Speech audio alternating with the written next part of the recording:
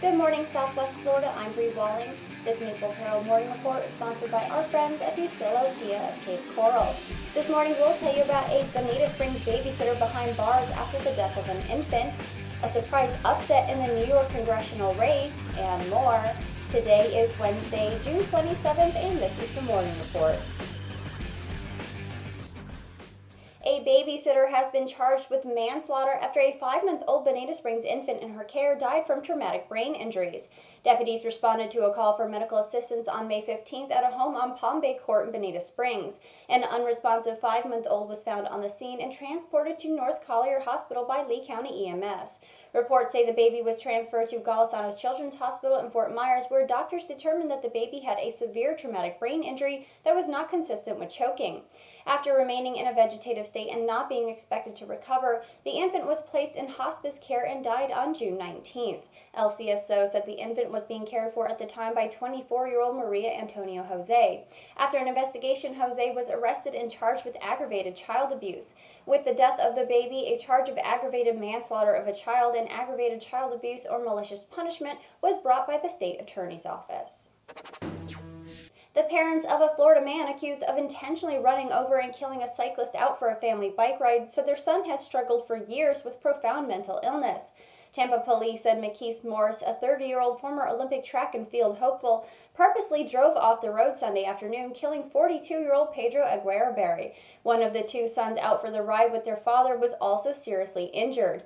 Morse's parents said their son was in the throes of a psychotic break and that they're devastated after trying to help him over the years. He had struggled mentally since his early 20s and had just 2 weeks prior involuntarily committed himself because he said he wasn't doing well.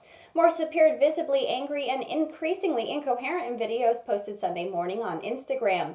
They show him talking about acting in the name of the Lord while walking around a Walmart store, where one video ends with him saying that he's going to kill somebody tonight right now. Tampa police told reporters a witness described the driver of a Dodge Avenger pulling a U-turn on Sunday, cutting across traffic and driving over a grass easement before hitting the family and speeding away. The father was pulling one child in a trailer while his older son followed behind on an off-road bike path. All were wearing helmets. Aguirre was killed and his 3-year-old Bennett was seriously injured. His 8-year-old Lucas wasn't seriously hurt. After his arrest Sunday night, Morse was jailed and charged with premeditated first-degree murder and leaving the scene of a crash with death and injury.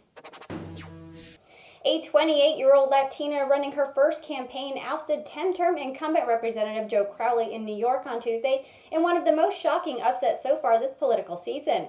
Alexandria Ocasio, a community organizer and political novice, running on a low-budget and liberal platform, won after an energetic grassroots campaign that mustered more than enough support on a low-turnout race that many had expected to be an easy win for Crowley.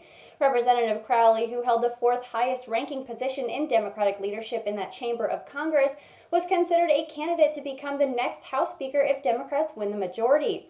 56-year-old Crowley told his supporters at a campaign party following his loss that it's about America and that he wants nothing but the best for his ouster. After her victory, Ocasio-Cortez rode the excitement, saying the community is ready for a movement of economic and social justice.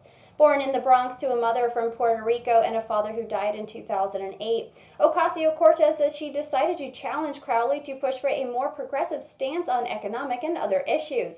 Among her issues is expanding the Medicare program to people of all ages and abolishing immigrants and customs enforcement. And that was the Morning Report for today. I'm Bri Walling. The Morning Report airs Monday through Friday at 9 a.m. right here at NaplesHerald.com. And don't forget to check out our lunch break that also airs Monday through Friday at 12 p.m. Thank you for watching.